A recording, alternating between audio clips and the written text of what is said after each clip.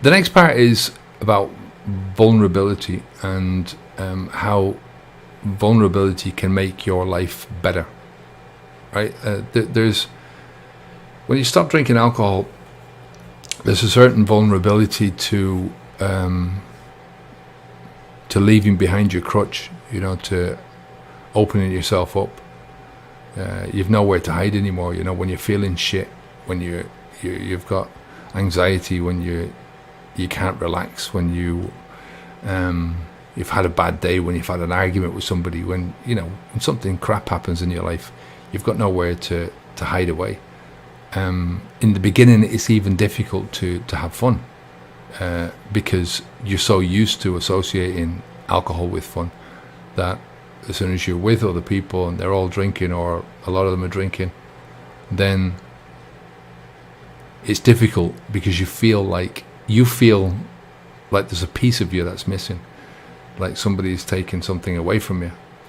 You feel almost naked in a certain way, and that gives you a certain vulnerability. This is where I try to help people the most, is in trying to understand and to dig down into their own vulnerabilities and to use it for their own advantage. When you stop drinking alcohol and you step out from that cave that you're in, I suppose a better one is maybe the old security blanket. Do you remember Linus from Snoopy? That's sort of a really dangerous version of a security blanket, but that's what we use it for. Most people use alcohol as a tool in one form or another, but it leaves you vulnerable. It leaves you vulnerable to the outside world, to other people, to environments, to mostly to yourself, mostly to it's internally. Your ideas about who you are, what you're doing. You're standing out now. You're forcing yourself into a position where you're standing out. You're standing out from the crowd, and that puts you into a vulnerable position. You're asking yourself and continuously going over this thing. Why am I doing this? Why am I standing out? What am I going to do next? What am I going to do for fun? How am I going to enjoy myself now? Fear of missing out is a huge thing.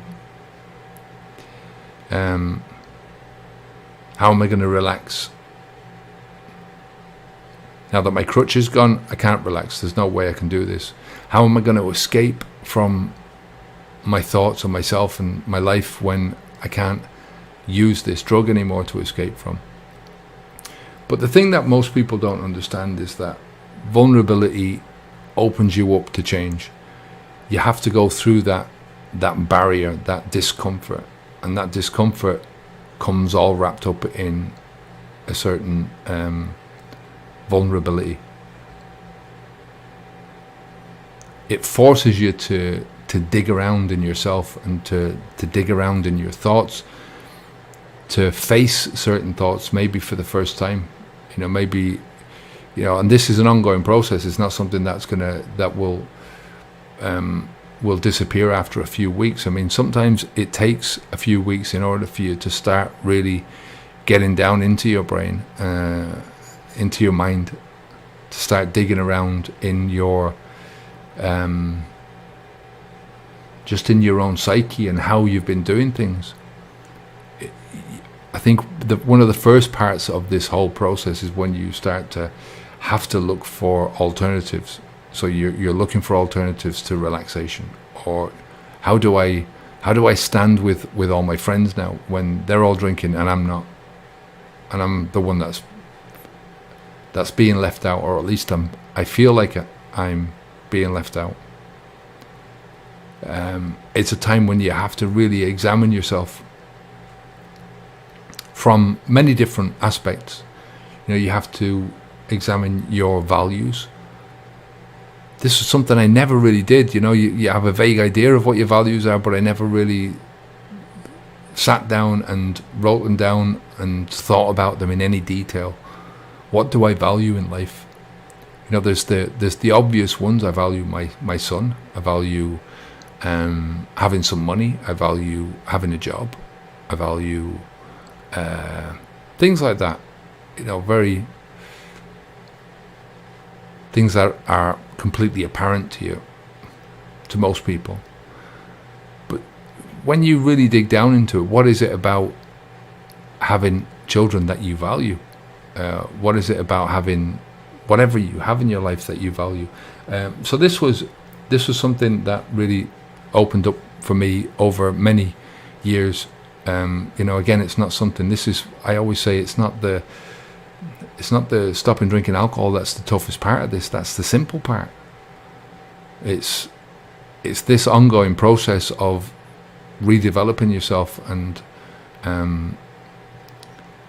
digging down into your needs and finding out what your needs are, what needs are being met and what needs are not being met. Because that's what life is all about, is looking after your needs, looking after the needs of those around you, finding your strengths and your weaknesses. So it's in that defining who you are after you've stopped drinking alcohol, instead of, what's the alternative? To go through life after you've stopped drinking alcohol, believing that you're an alcoholic and that this is it, this is who you are. I'm sober, thankfully, and that's who I am. I'm in recovery for the rest of my life, and that's who I am. I mean, think about the two different mindsets, that those two ways of looking at things. Instead of improving yourself, I mean, I'm not saying that anyone who thinks of themselves as sober or an alcoholic or, is not trying to improve themselves. But when you have those labels of alcoholic and everything else that goes with it, I mean, alcoholic is the worst one, I think, then it's like having you're trying to get somewhere with the handbrake on. It's always this thing that's going to hold you back, because it's always defining who you are. It's defining not only you as a person, but it's defining your thoughts.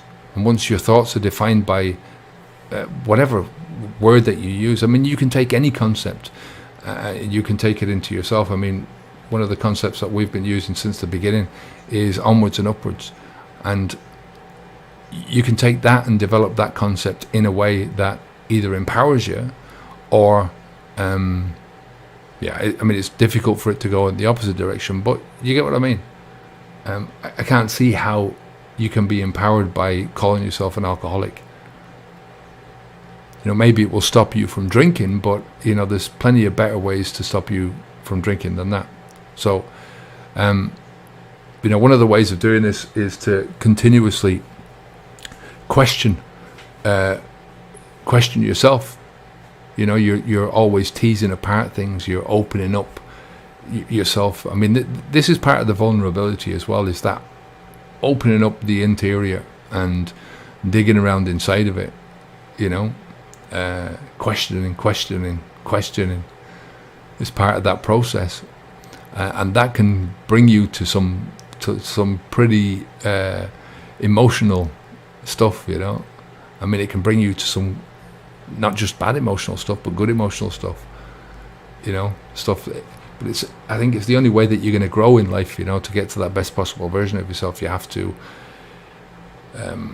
question yourself. You have to dig around. You have to question what you're doing, why you're doing it. Experimentation is an essential part of this whole process. Trying new things on, trying new ways to relax, trying new ways to socialize, trying new places to socialize, new people to socialize with. One of my biggest fears at the beginning was always, and I hear this time and time again, I'm going to lose all my friends, And there is two types of friends. I'm not sure if we talked about this last week, but there's the type of friends who are only your friends because you drink, and not because they want drink off you, but that's your relationship with them.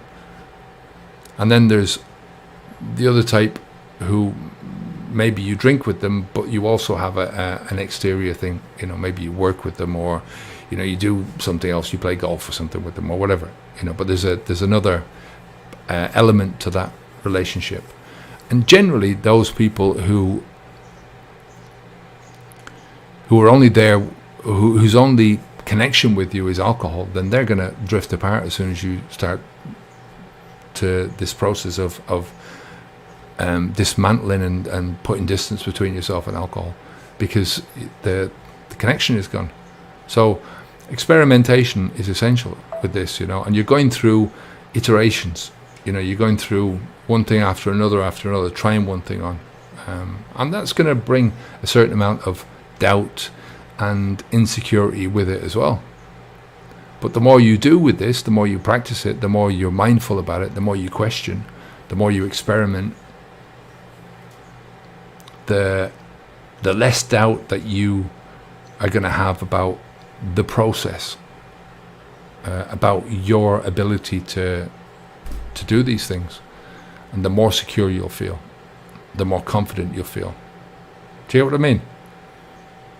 So, when I stopped, I was so vulnerable. I felt so vulnerable. I felt, that one thing that I always thought I had a good cap on was being a dad, and that was the one thing that sort of spilled over in those last days that I was drinking, and forced me to rethink that.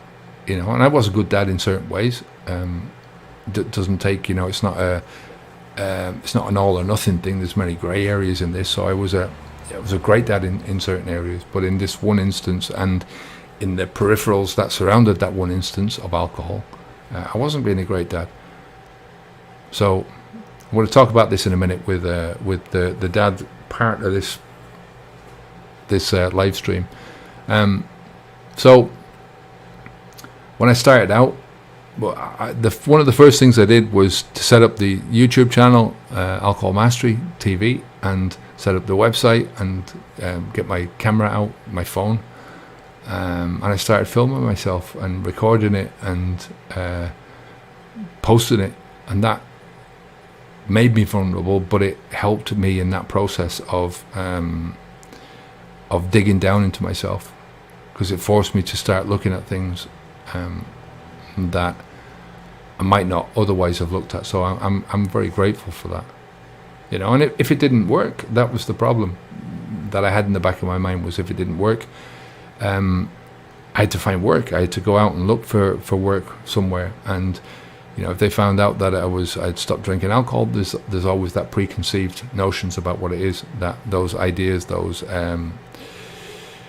prejudices that people have about drinkers, that they believe this bullshit that you're going to be an alcoholic for the rest of your life. So that's what I'm talking about with the veganism. You're talking about that boxed perspective, that somebody puts you into a box and says, well, because you eat a vegan diet, you're this certain way, and it's all bollocks. I mean, I know, as I said, plenty of people who are drinkers and non-drinkers and vegans and non-vegans and all sorts of stuff, and it's just, that's the way it is.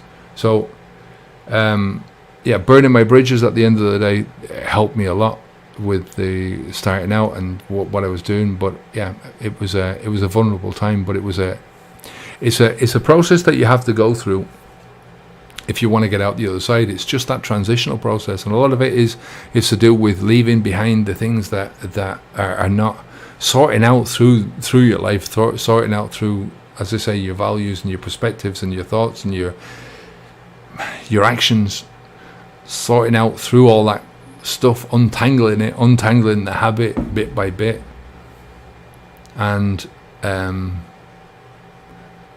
killing some of it. You really have to leave some of it behind, and it is because you've got to kill certain parts of yourself. It becomes a certain grieving process, and it's very like a grieving process, because there's, when you lose somebody in your life, somebody close to you, it does leave you vulnerable, because it leaves a gap in your life, and it's a sort of a similar gap that's left with alcohol. So anyway, I'm gonna leave that part of it for now, and I'm going to go on to the next one.